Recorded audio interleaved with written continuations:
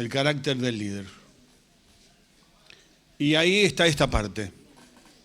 Irreprensible, marido de una sola mujer, sobrio, prudente, decoroso, hospedador, apto para enseñar, etc. La segunda agrupación temática de esos conceptos es las relaciones del líder. El líder con Dios, el líder consigo mismo, el líder con su familia, el líder con su comunidad de fe, con la iglesia, el líder con la sociedad y el mundo. Esas son las relaciones del líder. Reitero, la relación del líder con Dios, consigo mismo. Ahí entraría hoy lo que hablamos de salud mental, un tema crítico, por ejemplo, y muchas cosas más. La relación del líder consigo mismo, cómo se ve él, qué le pasa, cómo se siente, qué le ocurre en su vida íntima, personal, espiritual y emocional, física. La relación con su familia, el que no cuida, no administra bien su casa, dice el texto. O sea, la relación con su esposa, con su cónyuge, con sus hijos, con la familia con la cual él está o ella está. La relación con la comunidad de fe, con la iglesia, sea ejemplo, modelo, etc. Y la relación con la sociedad y el mundo, con el que está afuera, cómo debe vivir su testimonio ante la sociedad y desarrollar su ministerio evangelístico en esa sociedad. Así que el primer tema es este de el carácter del líder. El segundo, las relaciones del líder. Y el tercero, el ministerio del líder. La tarea del líder. Exhortación, enseñanza, evangelización, cuidado pastoral, desarrollo de los que tiene bajo su cuidado, aliento, instrucción, etcétera, etcétera. Entonces, reitero los grandes temas. El carácter del líder, que responde a la pregunta ¿qué es? Carácter siempre antes que carisma. Carácter primero, carisma después. El carácter del líder, las relaciones del líder, en todas esas dimensiones, y el ministerio del líder. ¿Ok? Entonces, vamos a tener eso en cuenta y ahí abrimos el primero de responsabilidad. Creo que es el anterior, ¿no? Bien. No, requisitos es el primero, ¿no es cierto?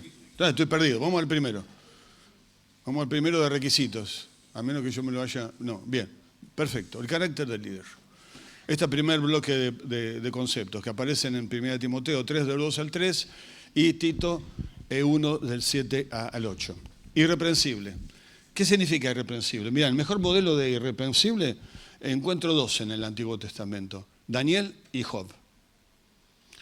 A Daniel le buscaron toda la manera posible para encontrar algo de qué acusarle ante el rey. Cuando en su trabajo, en su profesión, en el desarrollo de su rol, como consejero, como copero, como persona de confianza del rey, no le pudieron encontrar nada, absolutamente nada, y hoy ninguno de los políticos que tenemos pasa semejante examen. Todos hacen agua, al primer control nomás, al primer control. Acá Daniel se lo buscó por todos lados y dice, no encontraban nada de qué acusarle. Y entonces ahí lo tuvieron que buscar por lo religioso. Engañaron al rey para un decreto, de tal manera que pudieran encontrar algo por su fe íntima y privada. El tipo estaba orando en su privado cuarto, que no le interesaba a nadie qué estaba haciendo. Era la política como hace trampa para encontrar algo y descalificar y correr a un hijo de Dios de un lugar de influencia y responsabilidad. Sigue siendo así. Sigue siendo así. Ingenuos los que van a la política sin saber eso y son a veces de crédito para el Evangelio. No porque quieran, sino a veces no estaban preparados ni capacitados para eso. Ahí estaba Daniel. No se le encontró nada.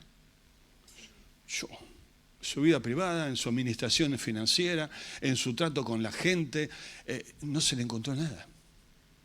Y el otro es Job. En ese diálogo, ¿has considerado a mi siervo Job? No hay otro como él. Ahora, los dos tuvieron una recompensa poco esperada para su integridad.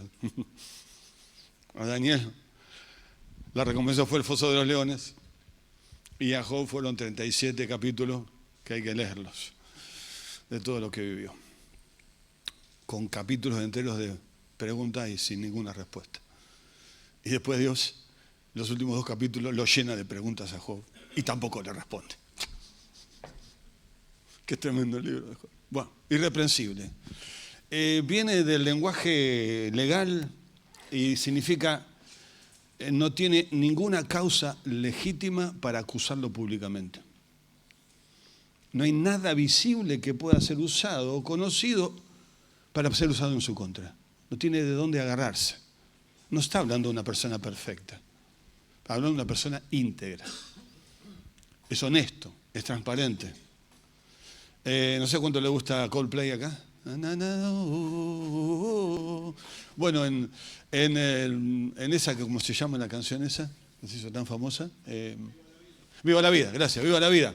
Se puede escuchar música que no es cristiana también, por lo menos yo doy permiso. Después me van a crucificar acá, pero se pueden leer libros que no son cristianos también para aprender, para entender, para comprender a la gente a la cual después queremos llegar. Entonces, una de las frases que repite, dice, ninguna palabra honesta mientras yo gobernaba el mundo. Nunca una palabra honesta di mientras yo era rey. Porque la canción habla de un rey que hay una revolución y lo quitan del poder y el tipo dice en su lamento, que la canción es un lamento de él, añorando su poder, que durante todos esos años de terrible gobierno nunca, jamás habló de manera honesta. Yo creo que se lo pondría a todos los políticos que van a jurar en Argentina, de cualquier rango, lugar, color que sea, de todos lados, así. Derecha, izquierda, centro, arriba, abajo, medio, al costado, al ángulo, en el córner, en diagonal, en perpendicular, en zigzag, por donde lo veas. ¿Cómo andamos en esas cosas? ¿Qué tal integridad en lo que vemos, en nuestra administración financiera, en nuestra administración financiera? ¿Tu esposa puede ver tu celular? ¿Puede ver tus WhatsApps? ¿Con quién te comunicas? ¿Te incomoda? ¿Te genera alguna situación? Ahora, en el ministerio hay aspectos confidenciales, donde uno debe ser sumamente cuidadoso porque se tratan de temas privados y a veces íntimos de la persona. Y hoy en día, donde los aspectos legales se meten mucho más, hay que ser muy cuidadoso en eso también porque podemos ser denunciados por mala práctica. Si viene una persona con un cuadro depresivo clínico y yo con mejor intención pastoral le digo anda, orá y ayuná, y la persona necesita una medicación y esa persona toma una decisión trágica para su vida, yo puedo ser acusado de negligencia y mala práctica. Entonces, no jugamos con las cosas, debemos ser serios y responsables y saber hasta dónde nosotros podemos llegar aún en nuestro ministerio. Hay áreas donde se escapa de nuestro conocimiento, se escapa de nuestra experiencia, se escapa de nuestra capacidad. Y ser sinceros y reconocerlo es correcto. Es decir, mira, en esta área yo creo que no soy la mejor persona que te pueda ayudar, pero tengo a alguien que si me permitís lo traigo, charlamos juntos, porque vamos a trabajar juntos en esto. No vas a quedarte solo, ¿no? ¿Se entiende? Yo también tengo que saber hasta dónde llego.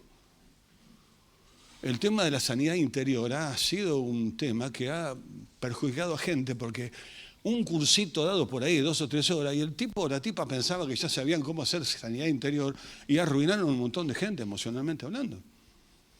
Entonces tenemos que ser cuidados en esto y parte de esto es saber lo que nosotros podemos dar, lo que no podemos dar. Recuerdo una vez hablando con un querido hermano latinoamericano. Él era consejero clínico, era psicólogo, era consejero clínico de una entidad misionera muy grande, muy grande. Y él tenía la responsabilidad de hacer el cuidado pastoral, espiritual, emocional de los obreros. Cuando había una situación, lo llevaban a él. Una situación en un país donde uno de los obreros fue violado, así que él fue allá a trabajar toda esa realidad con este hombre que había sufrido semejante trauma. Y así. Y en un momento charlando me dice, mira, hay aspectos del aconsejamiento que yo no puedo manejar. Y yo le tengo que decir, cuando una persona viene con eso, decirle, yo para esto no soy el mejor consejero. Y tengo que traer a otro colega porque sé que eso yo no lo puedo manejar. Entonces también es ser sincero con lo que uno puede y con lo que uno no puede. Es ser sincero con las luchas que tenemos. No esconderlas, no ocultarlas, no ponerlas debajo de la alfombra. Son las piedritas que ponemos en el zapato. Te pasó, estás apurado, ¿qué haces? Vas acomodándola mientras caminas y te la pones debajo del dedo gordo o entre medio de los dedos y listo, y seguiste. A ver cuándo te puedes sentar. Pero un día vino otra piedrita y otra piedrita y otra piedrita y otra piedrita y llegaste a un momento en que ya no podías caminar. Entonces también reconocer que esto no está pasando. ¿Dónde necesito pedir ayuda? No tengo que decir, esto no lo puedo manejar. Mi vida interior y mi vida pública están en una brecha terrible. Una cosa es lo que la gente ve y otra cosa es lo que me está pasando a mí adentro o lo que está pasando en casa. Necesito ayuda. Quizá tengo que dejar el ministerio por un tiempo, buscar aconsejamiento serio, no una charla de 10 minutos tomando un mate a la apurada, un proceso de aconsejamiento que puede ser necesario inclusive profesionales en el tema, según la realidad que estamos viviendo. Hace poco estuve en la ciudad de Buenos Aires, en una ciudad de la provincia de Buenos Aires, también misiones, liderazgo, la iglesia, y el sábado con los jóvenes. Y hablé de un tema, y hablé del tema del suicidio. Entonces, en un momento de la reunión, le digo a los chicos, ¿alguno de ustedes se sintió así sobre esto? Por lo menos 4 levantaron la mano, diciendo que habían tenido pensamientos e intenciones de suicidio. El pastor abrió los ojos así, dice, ya los identificamos, con uno estábamos trabajando, los otros no sabíamos, inmediatamente nos vamos a poner sobre este tema. Pasan cosas adentro y a veces las dejamos, las vamos naturalizando. ¿Por qué? Porque soy espiritual. Entonces, como soy espiritual, lo físico no me toca. Soy espiritual, los problemas emocionales a mí no me tocan. Como yo soy espiritual, las relaciones son todas fenómenas. No siempre es así. Entonces, hay algo que aún antes de que sea visible yo puedo traerlo delante de Dios y buscar la ayuda, el consejo, el acompañamiento. Porque la luz dispersa las tinieblas. El primer paso en todo proceso de sanidad y restauración es traer a la luz lo que está oscuro. El gran poder es este poder de las tinieblas, que oculta, que esconde. Pero cuando uno lo abre, lo confiesa, lo comparte, en el entorno adecuado, ¿no? Una vez aconsejando a una joven, me dijo, no, yo estoy mal. Y había conflicto con otro muchacho de los líderes de jóvenes. ¿Y qué te pasa? No, que yo le hablé a él y le conté esto. Le digo, pero ¿cómo le hablaste a este de esto?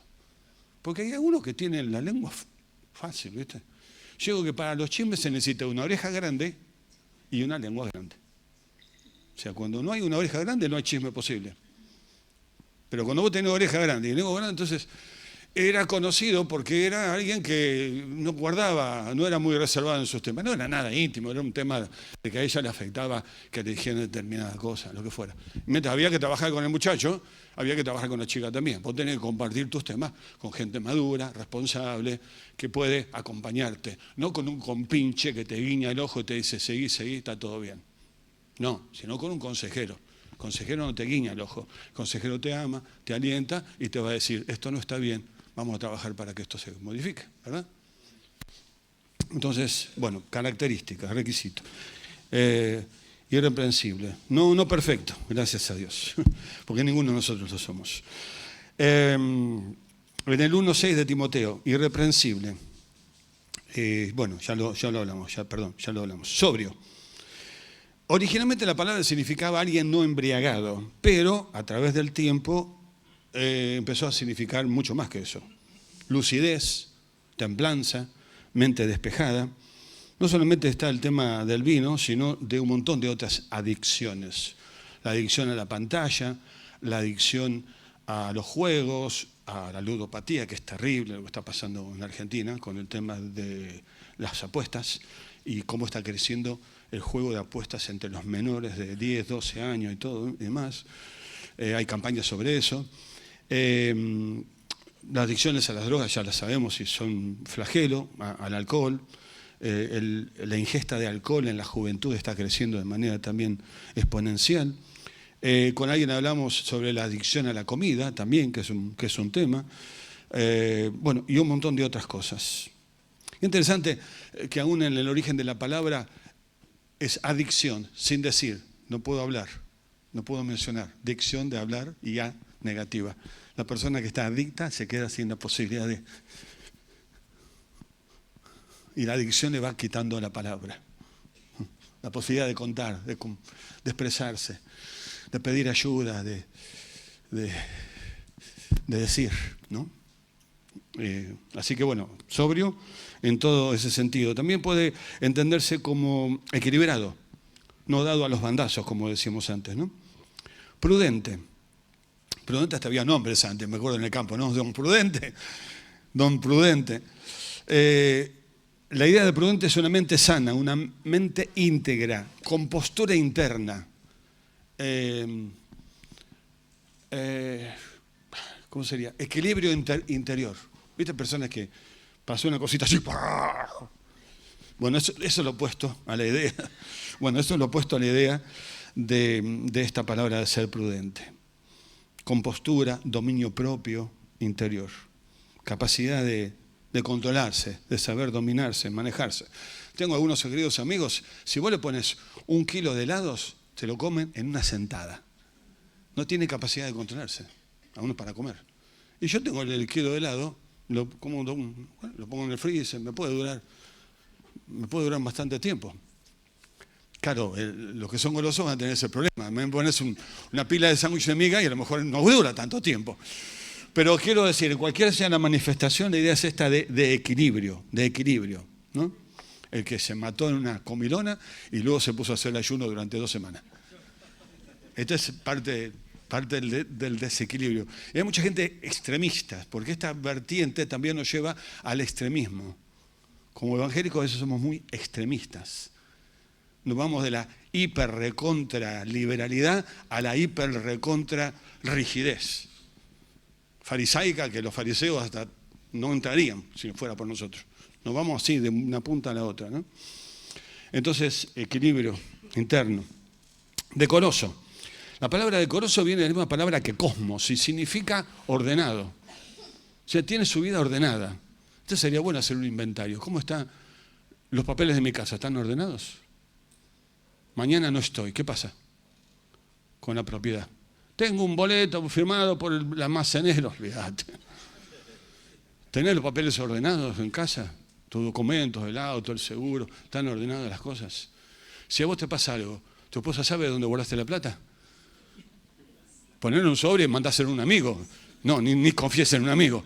Ponerlo en una cuenta bancaria de esa, en las cajas de seguridad en el banco, si no confías. Pero digo, ¿qué pasa si vos no estás? Por ejemplo, tenemos una caja en casa que se llama caja de escape. En esa caja tenemos la escritura, los documentos, la partida de nacimiento, todo. Y los chicos desde chiquitos sabían que si la casa tenía un problema, había un incendio, lo único que había que hacer era ir, eso es lo único que había que sacar. Eso es lo único que había que guardar. Y ahí lo tenemos, ¿no? En un lugar. Porque puede pasar. ¿Tenés ordenado tu dieta, tu comida, controles médicos? ¿Qué pasó con tu físico? Tremendo.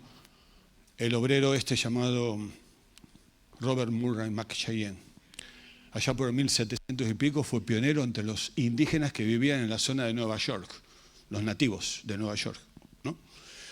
Una vida impresionante. Su diario impactó en la vida de generaciones y generaciones. Y el pobre Robert McCheyenne, muy comprometido, muy dedicado al Señor, hasta el extremo de su salud, terminó su vida muy prematuramente, 38 años, menos 37 años. Entonces, en una de sus partes últimas del diario dice: Dios me dio un mensaje y un caballo es el físico, para llevar el mensaje. Yo maté el caballo y ya no puedo llevar el mensaje. Y creo que en esta cultura que nos lleva al extremo de el cuerpo es el centro, Entonces la gente se gasta la guita en tratamientos, en cosméticos. ¿Viste lo que es el gasto que hay en cosmética y demás? No estoy hablando de medicina, sino en otro aspecto, ¿no? En una sociedad que cada vez más adora el cuerpo, cuida del cuerpo. El cuerpo se está transformando en el Dios, ¿no? Nosotros, ¿cómo cuidamos del cuerpo sin llegar a ese extremo? Ahí hay un extremo claro, ¿no? Nosotros tenemos el extremo ascético. Somos los ascetas cristianos. No nos lavamos, no nos preparamos, no, porque cuanto más así, vamos de un extremo al otro de allá, a la otra punta. ¿Cómo estamos ordenados entonces nuestra salud? ¿Hacemos controles médicos? ¿Estamos siguiendo el tratamiento que nos dieron? ¿A cuántos los mandó el médico a caminar? Vamos, seamos sinceros. ¿A cuántos le mandó el médico a caminar? Bueno, si no, porque todavía no llegaste a la edad, a todos nos van a mandar. Bueno, ahora, ¿cuántos estamos caminando?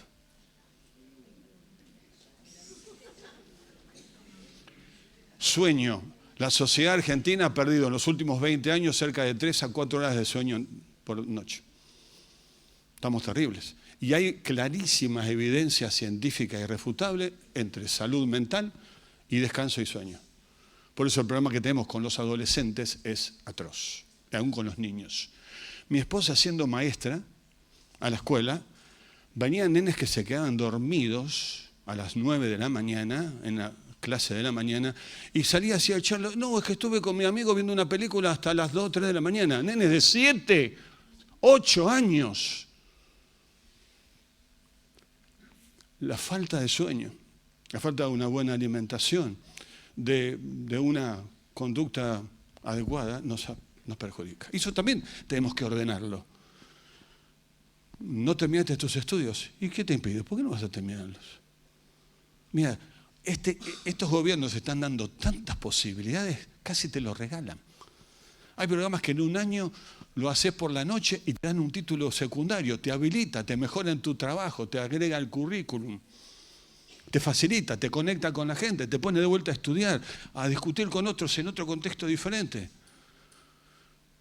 No te casaste, tenés papeles todavía ahí. ¿Por qué no? ¿Qué estás esperando para poner las cosas en orden? Decir, pastor, quiero regularizar mis cosas legalmente y tenemos que ordenarnos en tantas cosas. En la economía, ¿cuánto dinero se pierde en cosas que son totalmente secundarias, gente? A veces hablas con gente que está lamentándose del dinero y vos ves las cajas de empanada porque viven pidiendo, y si vos comprás toda la noche afuera, las finanzas no sé cuánto te van a durar. También eso implica ordenarse. Nuestra administración familiar en la economía. ¿En qué se va la plata? ¿Identificaste en qué se va la plata? Eso es un primer paso. No resolvemos las cosas dándole dinero a la gente. Resolvemos las cosas ayudando a la gente a administrar su dinero. ¿En qué se va el dinero? ¿Qué es prioritario? ¿Qué cosa no se puede postergar? El alto costo de tomar cuotas o de no pagar la tarjeta, que nos va a embargar y endeudar de forma terrible para el futuro. La administración del tiempo, ¿qué hacemos con el tiempo que tenemos? Tenemos que ordenarnos. Entonces el líder tiene también una vida ordenada. No soberbio, dice 1 Timoteo 1:7. No autorreferencial, no vanidoso, no hablando de sí mismo. No iracundo, no dado. ¿Viste lo de mecha corta?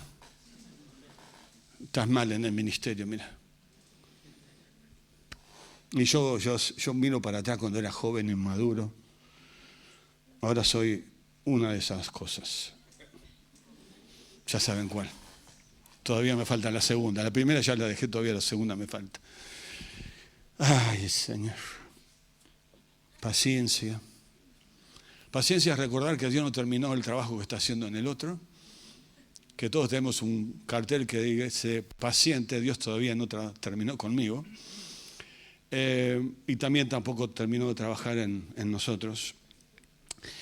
Y no dado al enojo. Hay mucha gente que se enoja fácil y esta es la idea, es ser tan susceptible, sensible, de ser pronto al conflicto. ¿Conocés gente así, no?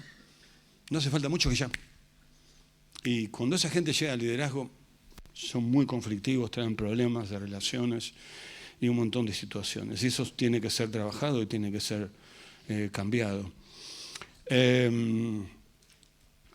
Y a veces ahí también está esta expresión de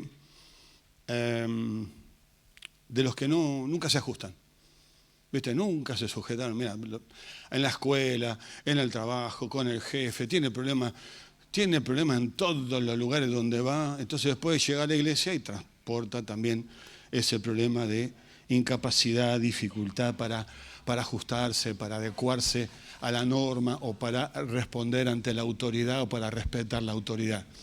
Y en una cultura donde el concepto de autoridad se dinamitó,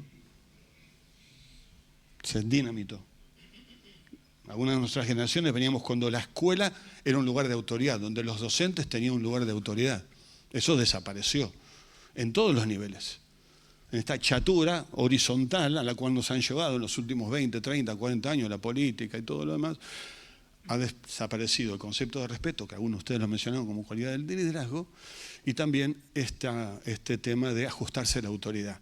En parte tenemos nosotros el pretexto de que la autoridad en la cultura argentina siempre fue impuesta. Entonces como que la autoridad es algo negativo, duro, áspero, que es lo peor que me puede pasar. El pobre Martín Lutero, cuando sus amigos lo secuestran sin que él supiera, que eran sus amigos, y lo llevan a un castillo durante casi 2 años y medio, 3, para liberarlo porque estaban juramentados para matarlo, se dedica en esos 3 años que estuvo en el exilio ahí, escondido en un castillo, a la traducción del Nuevo Testamento al alemán. No existía, estaba en latín, en latín, en griego, y él es el fundador entonces de la lengua alemana, reconocido por esto, ¿no? El aporte y el fundador de la lengua alemana con la traducción al Nuevo Mundo, con la traducción del Nuevo Testamento al alemán. Entonces él cuenta que cuando llega el tema de tener que traducir el tema de autoridad y poder de Dios, tiene un conflicto, porque en su lengua poder tenía que ver con imposición, violencia, autoritarismo, y cuando él empieza a meterse en el significado de la palabra, tiene que ver con sumisión voluntaria, amorosa, y que se usa aún para las relaciones más íntimas del matrimonio. No tiene nada que ver con imposición, ni con autoridad, ni con algo áspero, desagradable.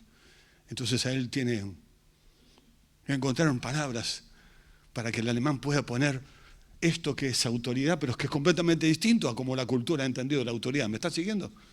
Y nosotros tenemos un problema parecido, ¿no? Nosotros creemos que toda autoridad es autoritarismo. Es una falacia, es una mentira. Pero equiparamos autoridad con autoritarismo y ahí tenemos un problema. Entonces, estar bajo autoridad, sujetarse a la autoridad es clave para el tema del liderazgo. Y finalmente habla de no ser un neófito. Un neófito es un nuevo iniciado, alguien que recién comienza. Ahí no está en la lista, pero lo tengo acá por la lista de Timoteo a Tito. Y básicamente el punto es no apresurar a nadie poniéndolo en lugar de liderazgo. Si vos querés arruinar a alguien, ponelo enseguida, pronto, en lugar de liderazgo. A veces usamos el lugar de liderazgo como de recompensa para alguna gente, ¿no? Hizo bien esto lo ponemos en lugar de liderazgo. Anduvo bien en esto y lo ponemos en lugar de liderazgo. Entonces, ¿qué le dice Pablo? Cuídate de no poner las manos livianamente sobre nadie. En parte esta es la idea. Antes, yo de verdad que no me dejo poner mano por quien no conozco. ¿Qué sé yo quién es? ¿Quién me pones la mano? Yo sé quién es. ¿Quién sos vos? Y a veces, con toda libertad y con ligereza, para mí, mandamos mano. Y eso significa a veces poner gente que tiene gran potencial, muchas posibilidades, de forma prematura. Yo sufrí porque líderes que estaban por encima mío, siendo yo todavía muy joven y muy inmaduro, me pusieron como líder. Y yo sé que hice cosas mal. Las reconocí, confesé y gracias a Dios pude cambiarlas. Pero no me hicieron bien. No estaba preparado. Puedo tener características maravillosas en un montón de cosas, pero el liderazgo para algunos puede ser lo peor que reciban, porque todavía su vida interior no está sincronizada para aceptar o para recibir esa responsabilidad, ¿no? Avanzamos un poquito más, porque la hora también corre. Dale, ahora sí, dale. Bueno, amante de lo bueno, lo justo, disposición habitual. Las relaciones del líder, ya lo dijimos. El círculo íntimo. No, dale para. Ahí. Círculo íntimo, matrimonio, marido de una sola mujer, fiel hasta el final, dice un teólogo. La idea de esto es compromiso inclaudicable con la fidelidad a la esposa, al esposo que Dios te ha dado. Este es ser íntegro, total, completo, absolutamente fiel a la persona con la cual estás hoy unida. No te vayas, no te vayas. Seguí ahí donde estamos. En el círculo doméstico, el otro gran tema, el gobierno de la casa, honestidad con los hijos, la educación de los hijos, el cuidado. A ver, hago una advertencia acá. A veces nosotros pensamos que siempre de padres piadosos y consagrados salen hijos piadosos y consagrados. Como que hay una ecuación. No siempre es así. Es interesante ver, por ejemplo, el tema de los reyes, esta relación. Reyes súper perversos, terribles, idólatras, dieron hijos como Josías o Ezequías, súper consagrados a Dios. Y luego estos reyes salieron hijos peores que los anteriores. Digo, no siempre es así, porque a veces nosotros vamos con la formulita, ¿no? El modelo, miramos el matrimonio o a la familia y lo hacemos el resultado final. Bueno, puede haber cosas sin duda en la familia, en el matrimonio, en el esposo, en la esposa, que influye en la vida de ese hijo o de esa hija. Pero a veces ha sido también el entorno en el cual esos hijos crecieron, la presión que tienen por ser siempre vistos como hijos de. Recuerdo una misionera que dice, ¿por qué mi hijo tiene que saber la Biblia más que el hijo promedio? Porque es mi hijo nada más. Ella estaba frente a esta situación de que la expectativa, cuando personas de la iglesia hablaban con los hijos, era que los hijos tenían que tener el mismo compromiso, la misma dedicación, el mismo conocimiento bíblico que los padres, ¿viste? Un poco más ser la réplica pequeña de los padres. Si no es así. Y tenemos un gran desafío. Todos los que somos padres acá sabemos el desafío que esto implica. Y cuando llega un momento que nuestros hijos se van, porque se van en cuanto a que ya están más afuera, tienen que estar más horas en la universidad, más horas en el trabajo.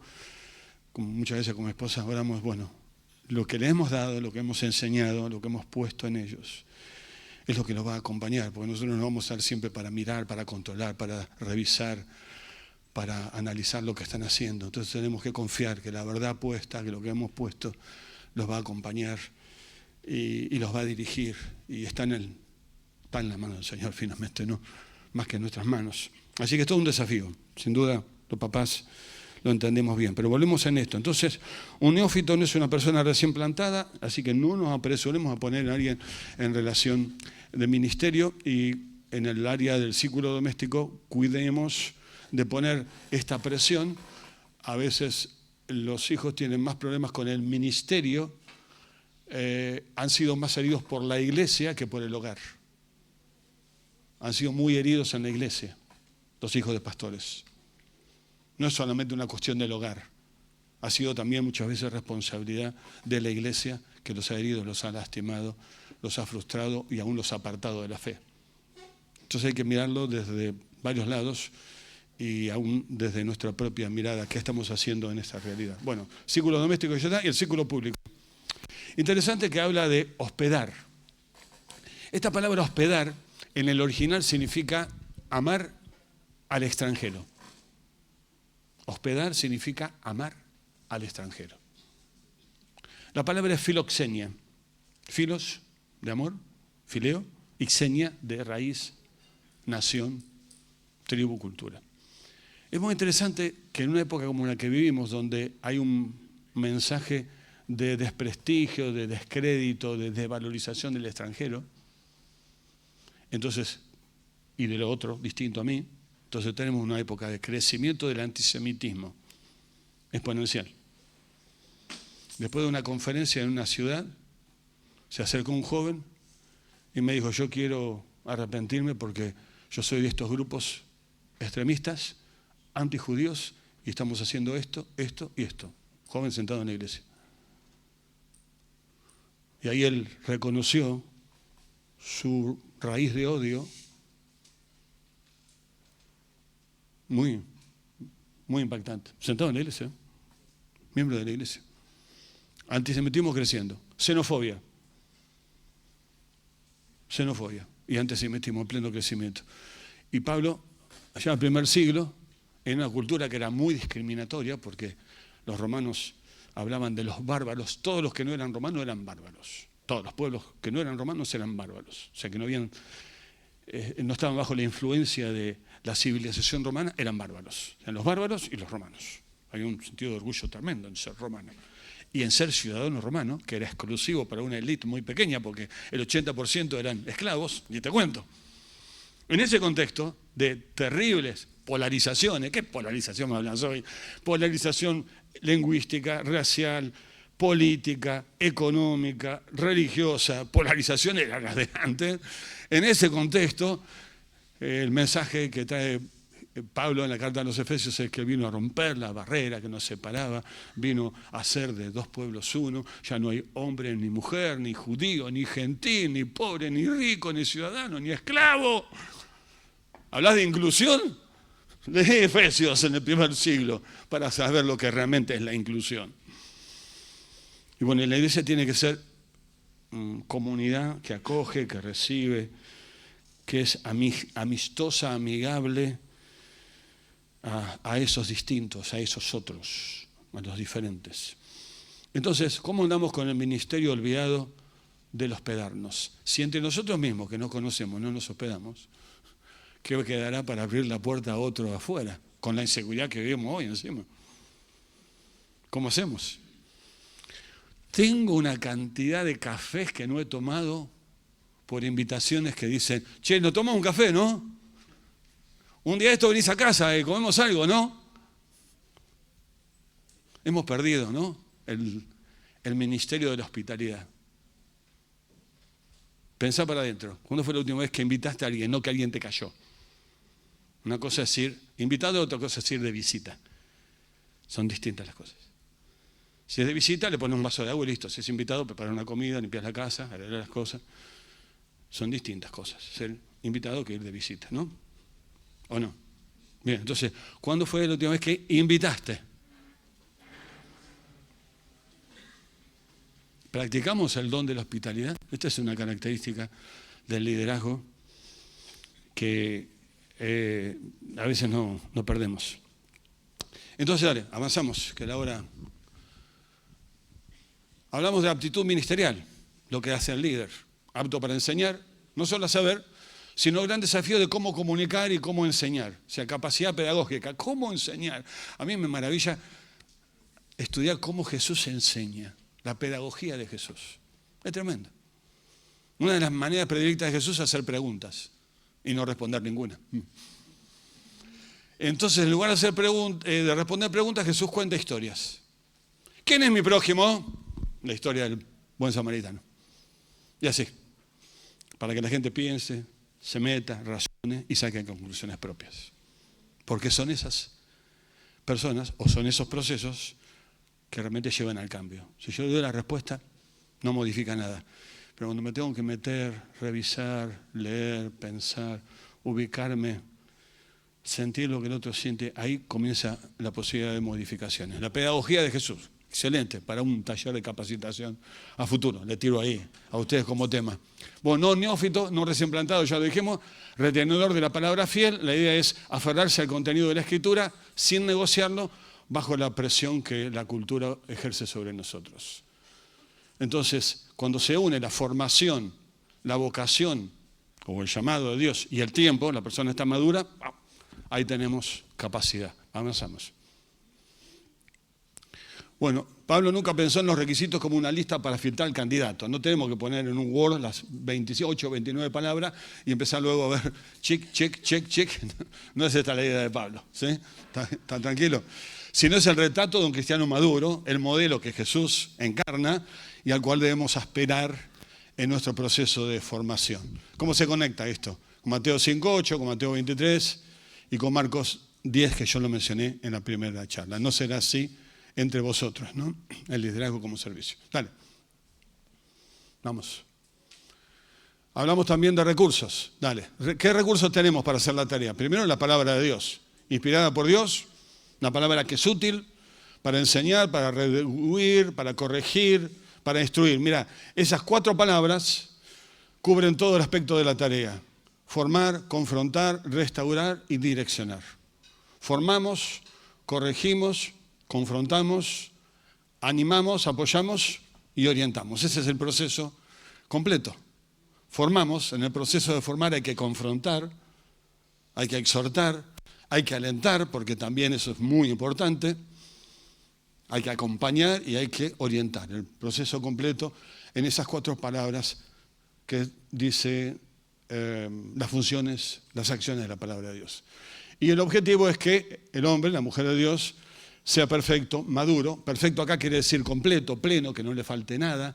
No quiere ser perfecto en el sentido de que nunca se equivoca, sino que está maduro, está entero, está pleno, está completo, está adecuado, apropiado para ese propósito, para ese servicio que va a desarrollar. No quiere decir que ya está sin haber cometido ningún error.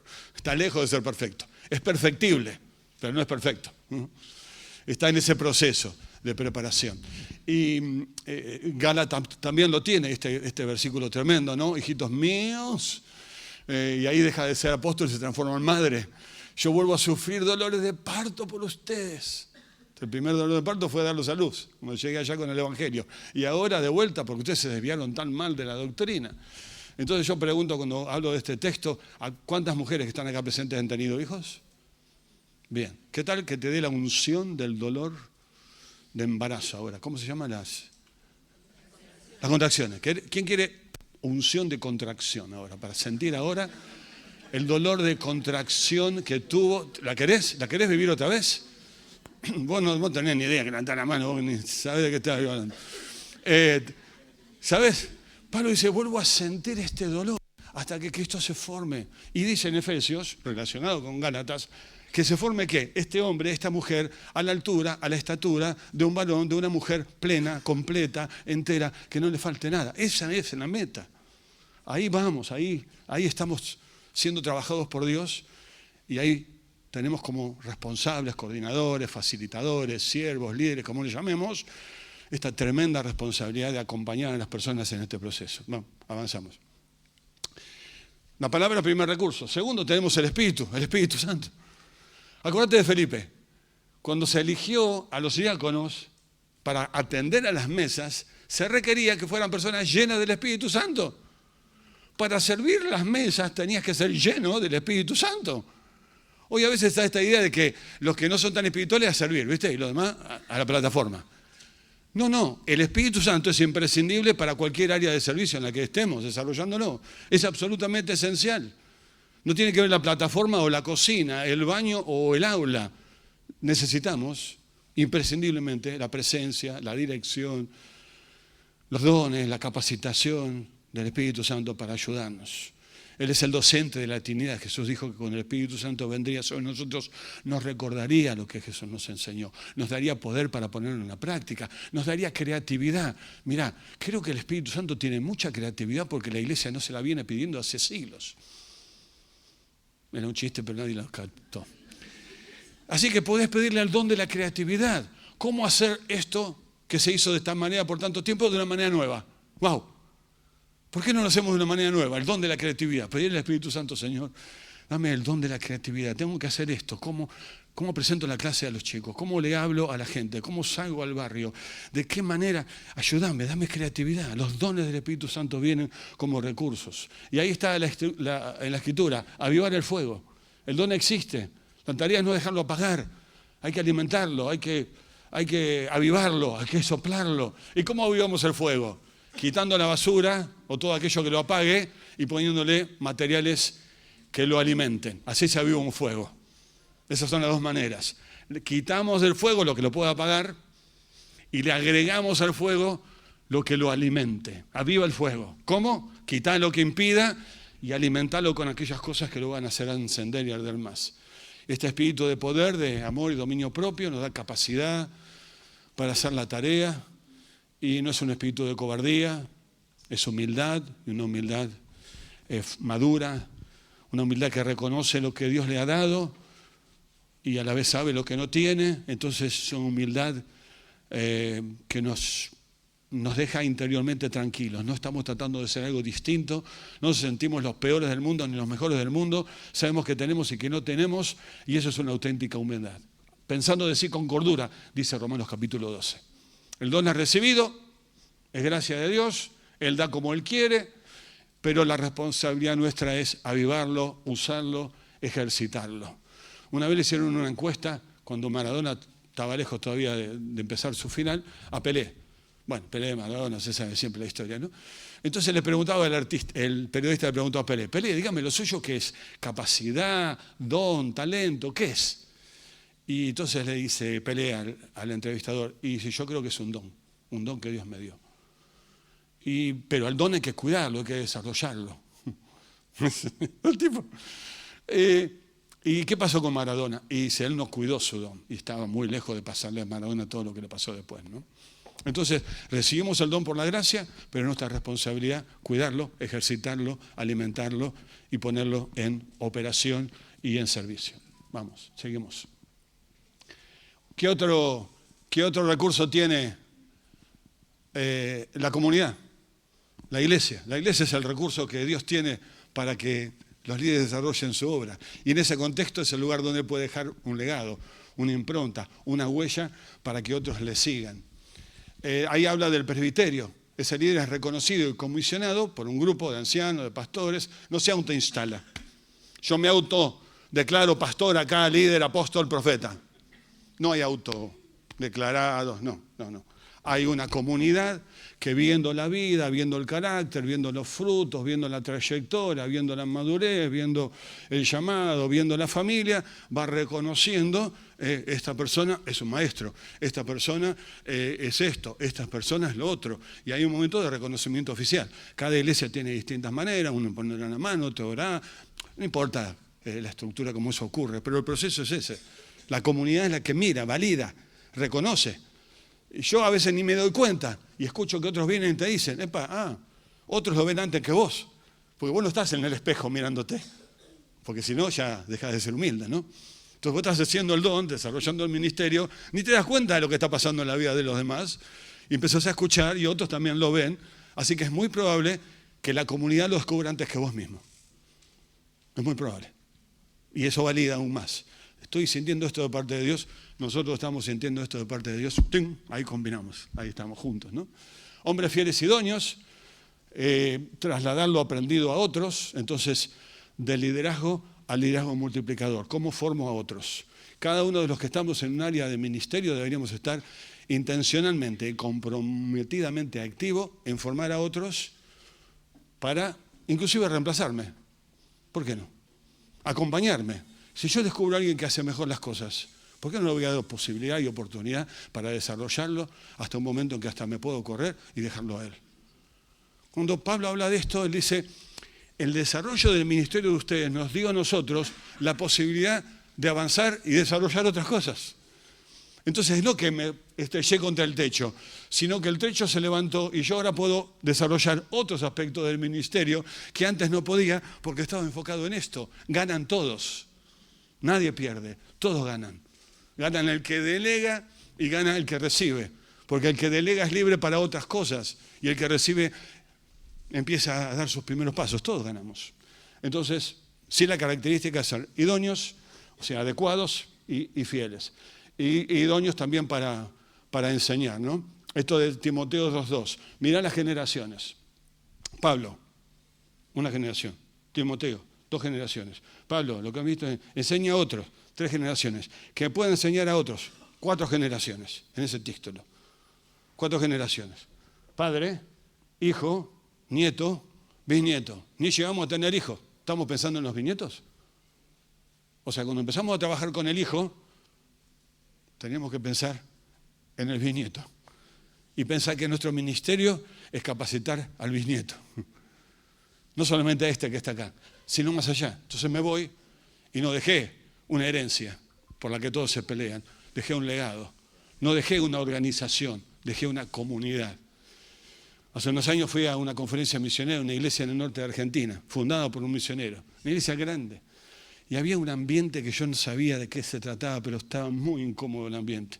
Y después fui descubriendo, escuchando y viendo. El misionero ya muy mayor, ya se estaba despidiendo. Nunca había formado a nadie, nunca había delegado en nadie. Y había 2 o 3 grupos luchando entre sí para tomar el control de la obra. La obra se deshizo, se desarmó. Una obra increíble. No sé cuántos habrán quedado.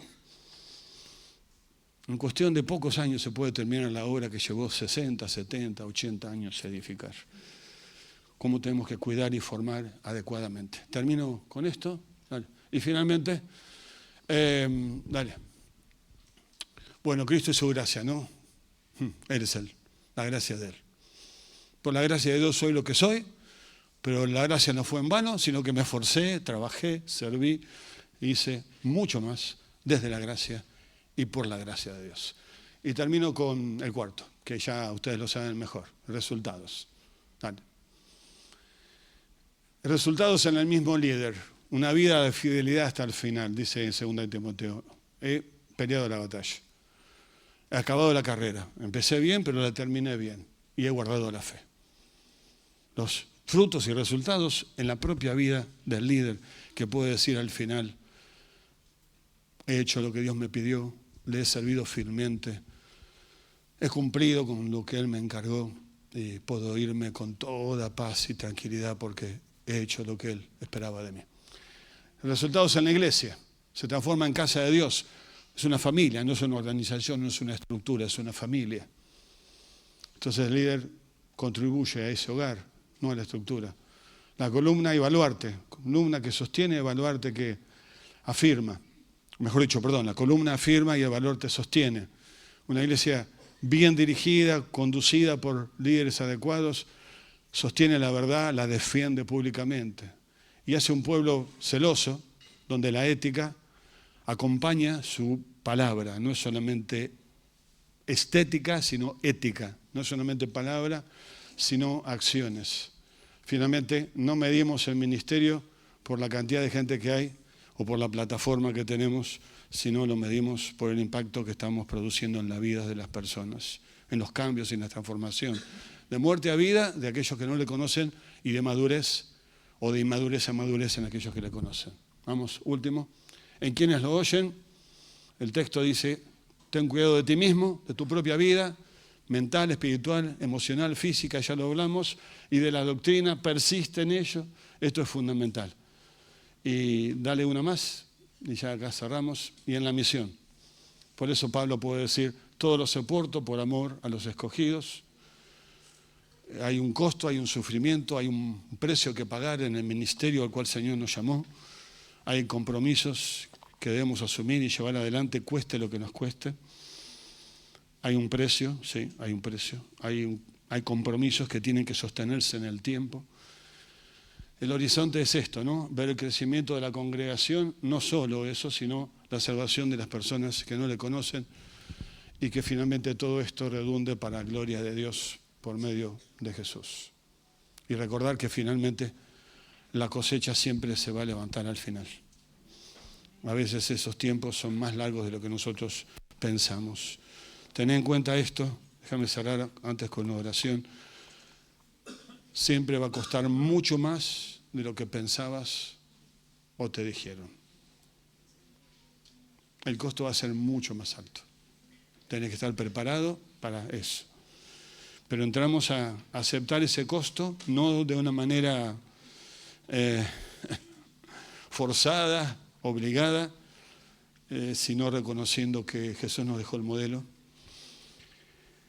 Él tomó primero la cruz y siempre Jesús invitó a tomar la cruz.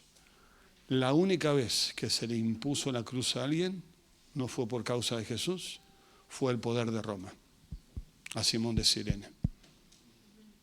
Jesús nunca impuso la cruz. Siempre dijo, el que quiera venir, tome la cruz y sígame. En la Escritura hay uno solo, en el Nuevo Testamento hay uno solo que tomó la cruz obligada, y no por Jesús.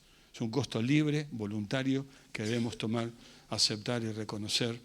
Nos va a costar tiempo, nos va a costar recursos, nos va a costar lágrimas, nos va a costar a veces malos entendidos, nos va a costar la relación con algunas personas y alguna amistad. cuando a veces tenemos que confrontar y la persona se mantiene en su pecado, en su rebeldía y tenemos que dejar ir o pedir que se vayan. Va a costarnos. Por eso no es para cobardes, sino para valientes. Y por eso abrazamos el costo, porque pagó primero todo por nosotros. Requisitos, responsabilidad, recursos y resultados. En esta oración que hago para cerrar, ¿en cuál de estas 4 R's estás más débil? Pénsalo unos momentos, por favor, en silencio, así en oración. ¿En cuál de estas R's estás más débil?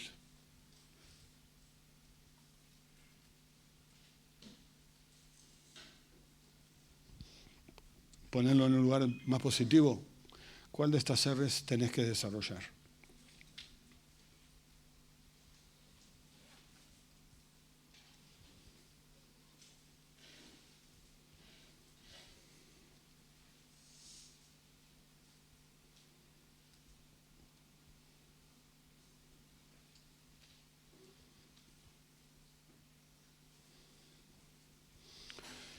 Y déjame hacerte esta pregunta.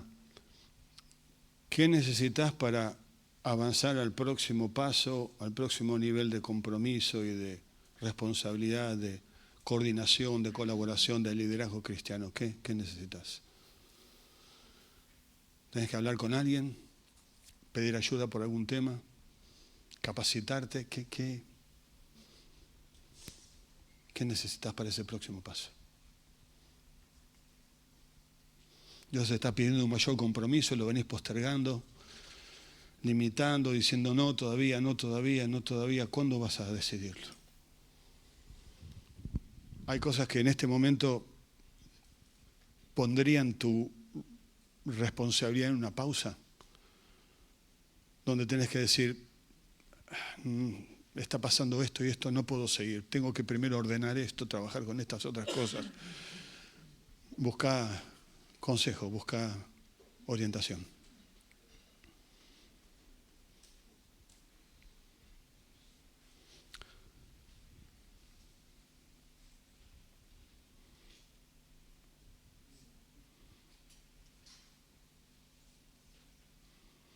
Señor, queremos darte gracias en esta mañana. No nos dejas valiéndonos por nosotros mismos, teniendo que inventar o crear o construir algo, sino tu palabra es clara para darnos orientación, dirección, para corregirnos, para confrontarnos, también para alentarnos, para animarnos, para capacitarnos. Señor, frente a lo que nos pedís hacer, muchas veces nos sentimos como Pablo, para estas cosas, ¿quién es suficiente? Pero gracias, Señor, que tu gracia nos capacita, tu Espíritu Santo viene a empoderarnos, tu palabra nos guía y tu pueblo está para acompañarnos. Gracias por los recursos que nos has dado para llevar adelante lo que nos pedís hacer, Señor. Queremos salir de aquí y mirar hacia las semanas y meses que vienen con un compromiso renovado de crecer en nuestro carácter, de profundizar y sanar y mejorar nuestras relaciones y de trabajar con dedicación, con excelencia, viendo frutos y resultados en nuestra vida y en todo lugar en el cual nos has puesto. Te pedimos que lo hagas posible por tu gracia y para tu gloria. En el nombre de Jesús. Amén.